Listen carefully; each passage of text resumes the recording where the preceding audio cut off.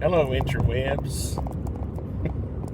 I'm actually headed down to Cohutta, Georgia, on a bumpy highway here, and to get some trim samples for our current project. And thought I'd do a quick video here. First of all, I want to say I want to get one thing straight before I am misinterpreted. I appreciate people like James Yeager. Okay, I've met James several times, 3 or 4 times, and I respect him. I like his passion, and he's one of the few people. I mean, there are lots of people like him, but what I mean is they're one of the few people that I know who actually have the passion and the ability to do what he says he would do. There are a lot of people on the internet who seem to have passion but don't necessarily have the ability, skill, or the wherewithal, or just the brute force to do. Okay, so that's putting this into context, because I can't do this video without saying that, because I tried to do this video yesterday and I had to delete it because it didn't come across correctly. It didn't come across the way I wanted to. But I basically just have a question. Does it take more mental strength to solve a problem peacefully than with force?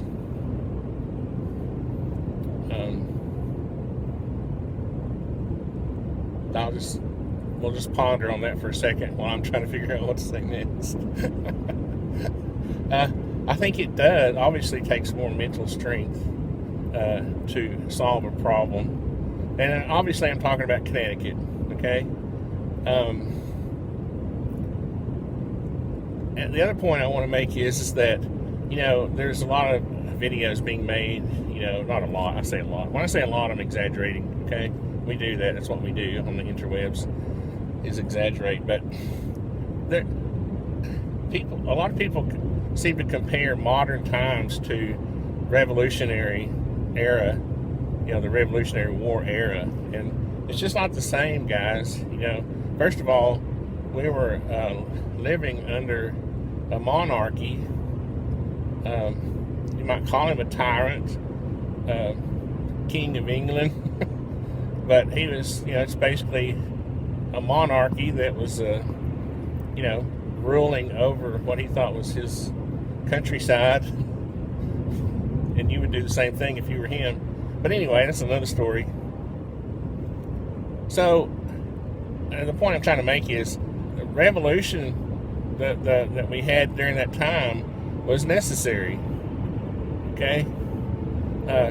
We are now living under a constitution that we all have agreed, and that we all tout and praise and defend and brag about, and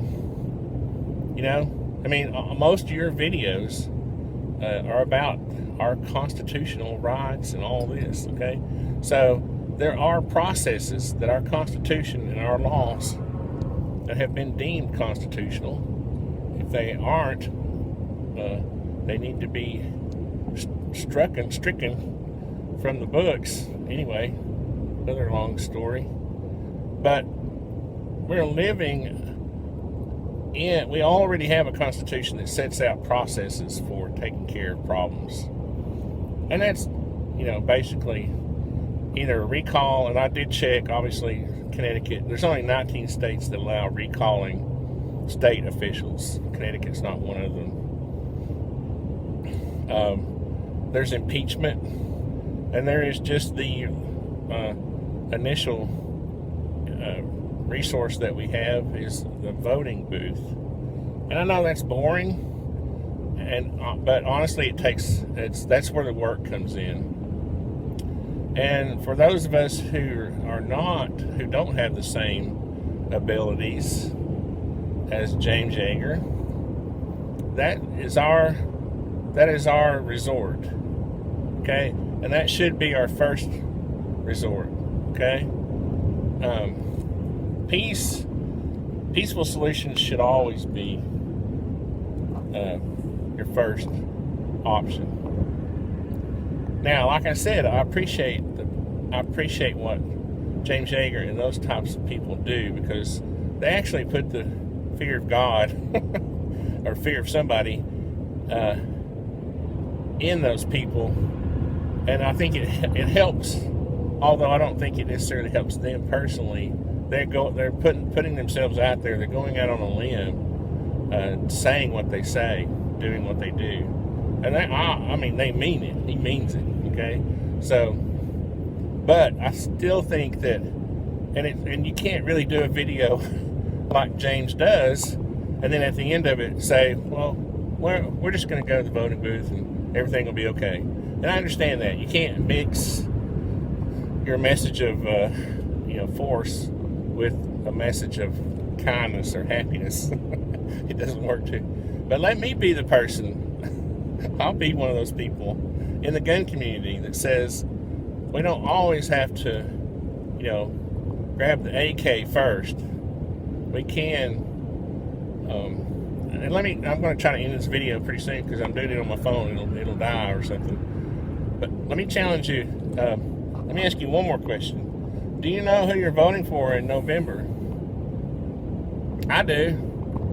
Well, one of my senators is on the cycle that's not up for election this time, Bob Corker. And I actually like Bob Corker. I worked for him years ago. And he's a good man. He's a little bit of a right-winger, but he came to bat for us just recently on the whole Volkswagen issue, union issue. That's another story y'all probably don't know anything about. But he's a good guy. Lamar Alexander practically went left-wing on us, so he will be booted out of office. I promise you this time. So anyway, I like to be politically involved. I like politics. I know who the candidates are. I keep up with it locally. My challenge to you is to do the same thing. And don't get into this weird mode that most people are in, that I hear on the internet, of saying that, oh, we don't have any control. Yes, you do. The voting process is pretty simple. It works like this. You go to the voting booth and you vote, okay? And then those votes from your precinct go to the county level. The county level votes go to the state. Those votes are tallied, okay? And yes, the sun's washing me out here, but it's okay. Maybe it won't wash out my message. Yeah, voting does work, and there is corruption in voting, but we still have the best process in the world. Nobody can beat it. And yeah, there's always bad in the good, with the good, but for the most part, our process works. And for those people who think that there's some hidden force somewhere, all you have to do is realize and study this to realize that your vote counts. There wouldn't be so much corruption and fraud in voting if voting was not how people got elected, okay? Trust me.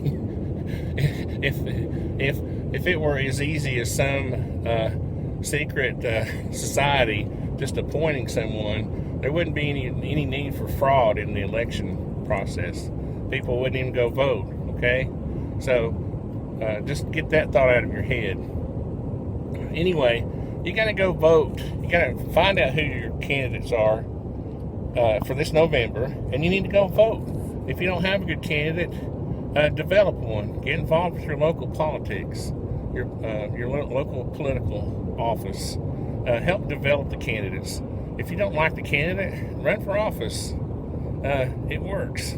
So anyway, this video is long and drawn out, but I did want to show respect for those people who are passionate on both sides. But I do want people on the outside of the gun community to know that there are people who look at both sides of the issues. I'm We're not a single track community, and I want people to know that. So anyway, thanks for listening.